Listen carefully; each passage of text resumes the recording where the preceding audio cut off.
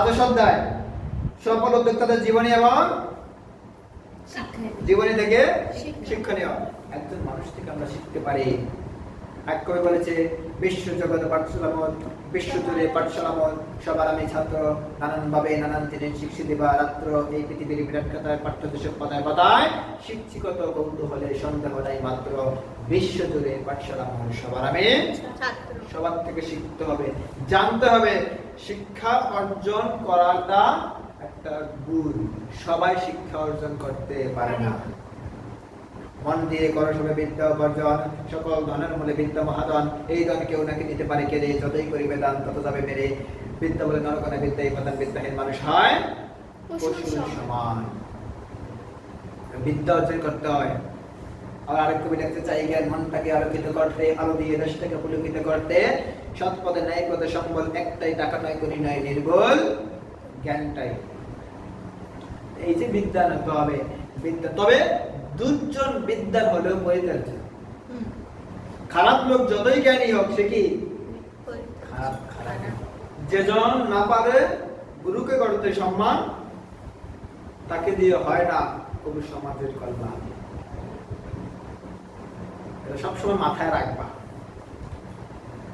সেক্ষেত্রে সফল উদ্যোক্তা একজন শোনা, যে শিল্পপতি তার লক্ষ্য থাকে আরেকজন শিল্পপতি কিভাবে হলো, যে কোটিপতি হতে চায় সে চায় আরেকজন কিভাবে হলো তাকে অনুসরণ করা, যে টিচার হতে চায় সে কি করে, একজন টিচার কিভাবে পড়ায় ওটাকে অনুসরণ করে, যে চোর হতে চায় আরেকজন চোরকে। এক চোরের কাহিনী শুনলাম, চোরাই ঘরে ঢুকছে, চোরাই ঘরে ঢুকছে, ঘরে ঢুকে দেখে মানে কোন সিস্টেম মতো ঘরে ঢুকছে, দুপুর বেলা দরজা খোলা ছিল, ঘরে ঢুকে দেখে মহিলা চিকন নামাটা বডি বিল্ডার, তাই না? সে ঘুমাইতে আছে। চোরা কি করছে, আগে দেখে কারেন্ট নাই, পাতলায় নিচে থেকে বিচন নিয়ে আগে কত বাতাস করছে। মহিলা ঘুমায়, চোরা কি করে বাতাস করে। আচ্ছা বাতাস করে এটা কি করছে, কেন বাতাস করছে? যদি দেখা যায় নিঃশব্দে ঘুম কিনা, ঘুমটা যতটুকু ঘুম আরো গভীর করে ঘুমটাকে ইচ্ছা মতো বাতাস করেছে। বাতাস করে তারপরে গলায় ছিল হচ্ছে তিনটা ভাঙছে, টের পায় না, একটু লাড়াচাড়া দিয়ে উঠলে আবার বাতাস করে। কারণ বাতাস যত পাইবে আরাম তত লাগে, আরাম যত পাইবে ঘুমটা তো আরে। হাত থেকে রুটি ফুটি বাইর করছে, যা আছে সব কিছু নিয়ে আরামসে গেছে। এই যে সে করলো এটা কিসের গুণ?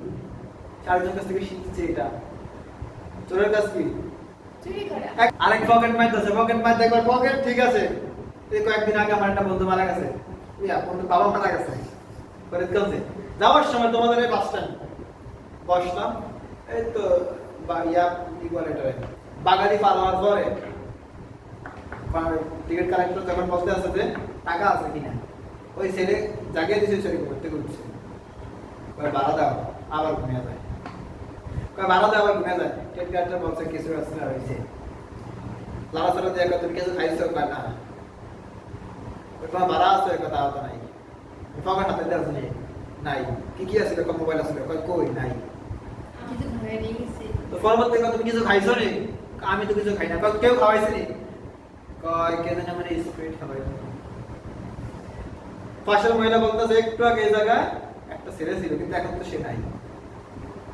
তাহলে এখন যে বসে আছে এই নাকি? কয় না, আরেকজন। তাহলে সে কই, সে কখন জানে আমার কাছে কি জানি। এই যে সবার আমি তার পিছনের সিটে, সে আমার সামনের সিটে, এখানে একটা ছেলে আসছে বসছে, প্রত্যেকে ওই কিছু খাওয়াইছে, আবার যা আছে সব নিয়ে গেছে, কেন না সবাই বাসে কেউটার পাইছে তার সে কি লক্ষ্য। চুরি বিদ্যা বড় বিদ্যা যদি সারা যায়, এক পকেট মাইরে দেওয়া পিঠা দিছে, পিঠা দেওয়ার পরে পকেট মাইরে কয় বেটা তুই কেমনে কম পকেট কেটে কিভাবে টাকা দিস, কারণ থেকে ট্রেনিং দেয় কিভাবে দেয়। লাল আছে না? কয় হ্যাঁ। কাঁচা লাউ, এখন কচি লাউ, কয় হ্যাঁ।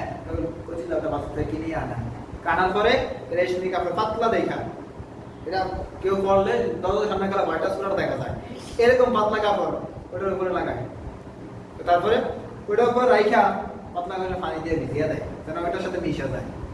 তারপরে কি এবার কাটতে হবে, কিন্তু ওই যে ইয়ার দাগ না লাগে, লাগার ভিতরে যেন দাগ না লাগে। আমরা ওইভাবে কাইটা কাইটা ট্রেনিং নিয়ে আসি, আমরা প্যান্ট কাপড় গায়ে লাগবো কেমনি? আপনি শিক্ষা, যে চোর সে চোরের থেকে শিখে, যে শিক্ষক হতে চায় সে আরেকজন শিক্ষক থেকে শিখতে হয়, যে জ্ঞানী হতে চায় আরেকজন জ্ঞানী থেকে শিখতে হয়, যে কথা বলতে চায় আরেকজন কথা বলনেওয়ালা থেকে শিখতে হয়। সবকিছুই একজন মুর্শিদ দরকার, একজন গুরু দরকার। যে গান করে সে আরেকজন গায়ক থেকে গান শিখতে হয়। ঠিক আছে? আব্দুল কাদের জিলানী রহমাতুল্লাহ মায়ের গর্ভ থেকে কই নেই 18 সাল কোরআন শরীফের হাফেজ। সে কি এমনি হয়েছে? না, তার মাঝে পড়ছে, এটা শিনা শিনা হয়েছে। বুঝছেন?